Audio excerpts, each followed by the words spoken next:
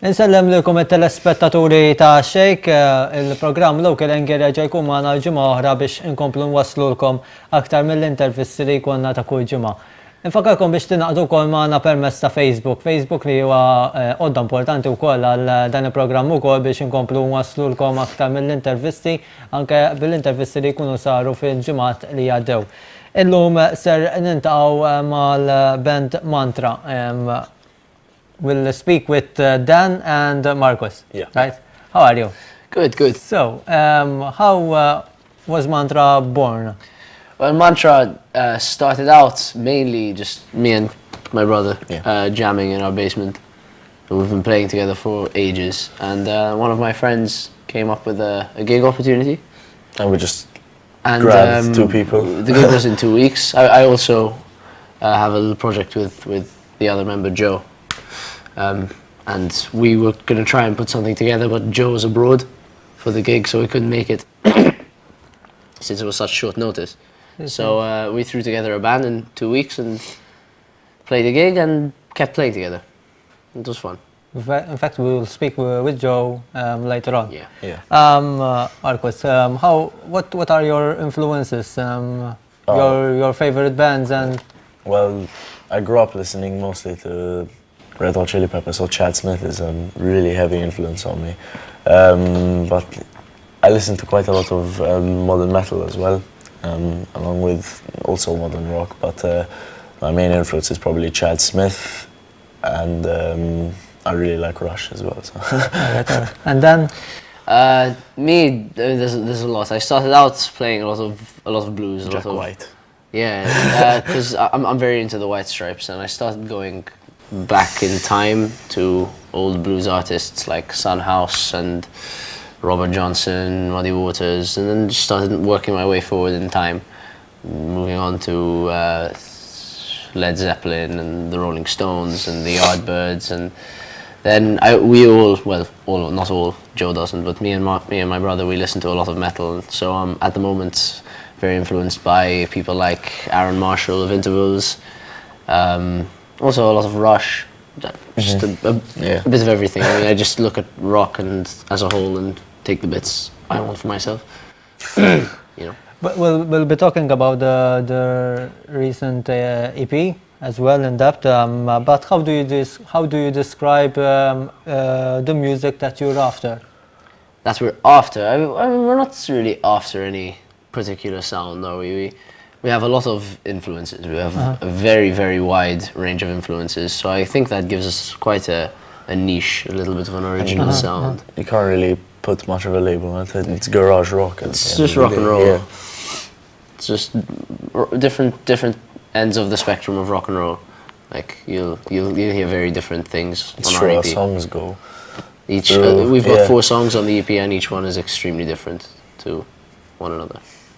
So some 2 weeks ago, and on the 19th of February, you have released the new EP. Yeah. Our first. Your first, your debut EP. Basically, Marcus, how do you describe the EP? Well, it's 4 songs that are completely different to each other. I mean, the track is probably one of my favorites. It's Red Hot Chili Peppers inspired. But well, I wrote the first track, Puppet of Lust. He wrote White Noise, which is the second one. Loose, he wrote with our old singer who isn't with us anymore, but mainly him. And and then Ozymandias, we all wrote together. We were doing a jam, we were in a break, and the guitarists were just playing a nice chord progression. I sat behind the kit and I just started playing. The singer sat down and wrote lyrics as we were all jamming. And he came in, and the song. Because we had a different lineup originally. Yeah, we had 4 people.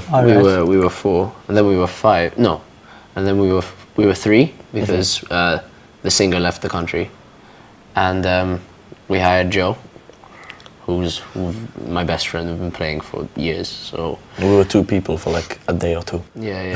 then the bassist, we had some complications with him, and we fired him. And now it's trio. We couldn't find another bassist, so we've got a little bit of an interesting setup with regards to that. You spent a lot of time to prepare this EP. The EP was recorded between June and August. All right. The songs were written just over time. Like, we didn't really have a designated writing period, designated recording period. It was pretty spontaneous. One of the songs was by accident too. Yeah. Ozymandias, the last song on the EP, we were just jamming, and we wrote down some lyrics, and like, there you go, we had the song. Basically, how was the launch? The launch was fun. Yeah, it went The really launch well. was really good fun. Probably our best gig up till now that we headlined. That we were the main event at, because we've played a few festivals and like evenings with many different bands, but out of the gigs we've played where it was just Mantra, probably our best one up till now. Yeah, I got scared when I saw the stage. It's like, it was so small and my kit's quite big. Kit's ridiculous. Yeah, we took like 10 minutes, 20 minutes to set it up. But how do you feel in front of the crowd? Because then when you start to play, Well, I mean, it's Your not gig, much of a crowd. I mean, I wouldn't call it a crowd, but to be honest, It's mostly our friends. So I don't really get nervous. Yeah. Because I've been doing things with music and acting and stuff the majority of my life, and so has my brother. So I mean, getting in front of people and speaking and playing isn't a problem for us. We actually love it. That's why we have a band. just before the launch, you have uploaded a video on YouTube, on Facebook, I think. Yes, Facebook it was. Yes. Just a 1 minute video. It's a little snippet of. Yeah, that's a point. Why isn't it on YouTube? It should be. On YouTube. Yeah, we'll It's a put little 1 minute snippet of track 1 on the EP, Puppet of Lust, written by Marcus Yeah, it was a promo for the gig. for the launch. Yeah. Just recorded it in our basement with a phone. Couldn't find the charger for my actual camera. Well, we'll be speaking with Joe as well, but thank you for coming as well, Thanks. Marcus, and wish you very best for this year, Thank even you. for the projects that you're after as well. Thanks. Thanks a lot. So naraw dan il-video wkoll li referaw wkoll għalina Mantra, infakrukom biex tiċċekkjaw ukoll il-Facebook page ta' Mantra biex intom tibqgħu aġġurnati b'dak kollu li jkun qed jiġri wkoll, u jien ser inkompli b'aktar bil-informazzjoni aktar ma' Mantra anke mal-membru Joe li ser jingħaqad magħna minn hawn ftit ieħor.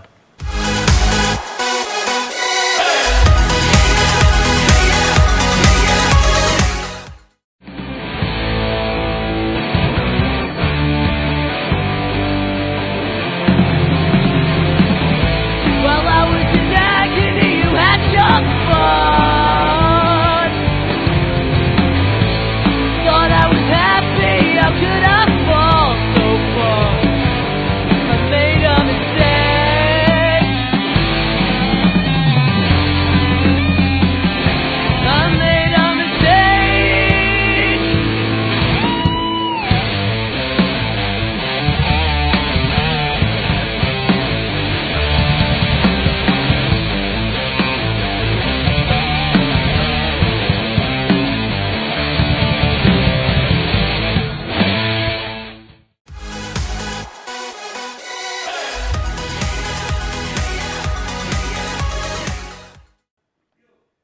Għadda kemm stajna biċċiet ukoll minn dan il-video ma' Mantra u se nkomplu wkoll l-intervista magħhom.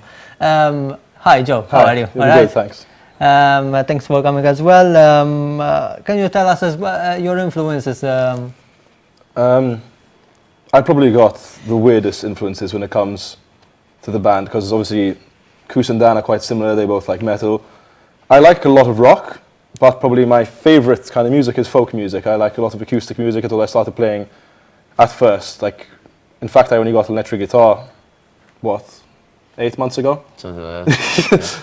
Well, I always grew up listening to bands like the Foo Fighters, Red Hot Chili Peppers, but then I really hit a stage when I was about 17 when I just started listening to folk, a lot of Bob Dylan, everything, Simon and Garfunkel.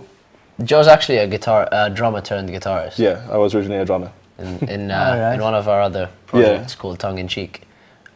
Joe's the drummer. And We're he two does piece. guitar and vocals. And At first, we thought it would be a bit difficult, seeing as he was still just starting out playing the electric guitar.